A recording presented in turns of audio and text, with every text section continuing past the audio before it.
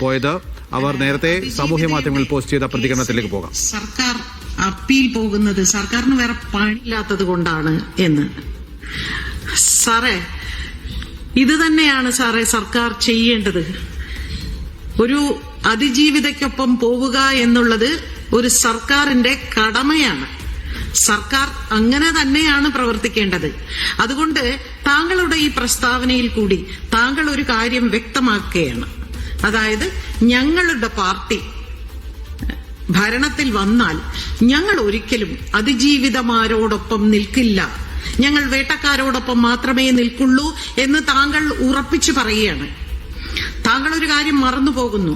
താങ്കളുടെ പാർട്ടിയിൽ ഉണ്ടായിരുന്ന അന്തരിച്ച PT തോമസ്, അദ്ദേഹം കൊടുത്ത ഒരു ധൈര്യത്തിലാണ് ആ അർദ്ധരാത്രി ഈ ദാരുണമായ സംഭവത്തിന് ശേഷം അവൾ പകച്ചു നിന്നപ്പോ ഞാനുണ്ട് നിന്റെ കൂടെ എന്ന് പറഞ്ഞുകൊണ്ട് അവളെ കൊണ്ട് കേസ് കൊടുപ്പിച്ചത്. ആ പാർട്ടിയിൽ ഉള്ള അതേ താങ്കൾ, അതും വെറുമൊരു അംഗമല്ല, താങ്കൾ ഒരു കൺവീനറാണ്, UDFന്റെ കൺവീനറാണ്.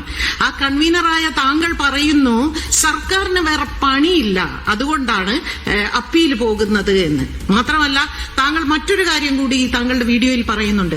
താങ്കളുടെ ഏറ്റവും അടുത്ത സുഹൃത്താണ് ഈ പറയുന്ന ഗോപാലകൃഷ്ണൻ എന്ന ദിലീപ്, അല്ലെങ്കിൽ ഈ കുറ്റാരോപിതൻ.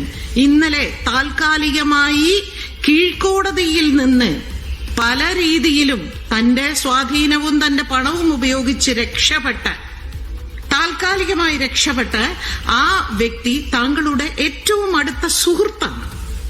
മാനസികമായും അല്ലാതെയും താങ്കൾക്ക് അദ്ദേഹവുമായി വളരെ അടുപ്പമുണ്ടെന്ന് താങ്കൾ തന്നെ പറയുന്നു. താങ്കൾക്ക് അതിജീവിതയൊന്നും അറിയില്ല. താങ്കൾക്ക് അതിജീവിതമാരെന്താണ് അനുഭവിക്കുന്നതെന്ന് താങ്കൾക്ക് അറിയില്ല സാർ. അതറിയണമെങ്കിൽ നമുക്ക് പെൺമക്കളോട് ഒരല്പമെങ്കിലും സ്നേഹമുണ്ടാകണം. പെൺമക്കളുള്ള ഒരു മാതാവും പിതാവും താങ്കളുടെ ഈ പ്രസ്താവനയെ സപ്പോർട്ട് ചെയ്യില്ല സാർ. അങ്ങനെ സപ്പോർട്ട് ചെയ്യുന്നവരെല്ലാം ഈ വേട്ടക്കാരുടെ പ്രശസ്തിക്കും രാജിവെച്ചിരിക്കുന്നു. ഒപ്പം അവർ അടൂർ പ്രകാശിന്റെ പ്രസ്താവനയോട് വളരെ രൂക്ഷമായി തന്നെ പ്രതികരണം നടത്തുകയും ചെയ്തു.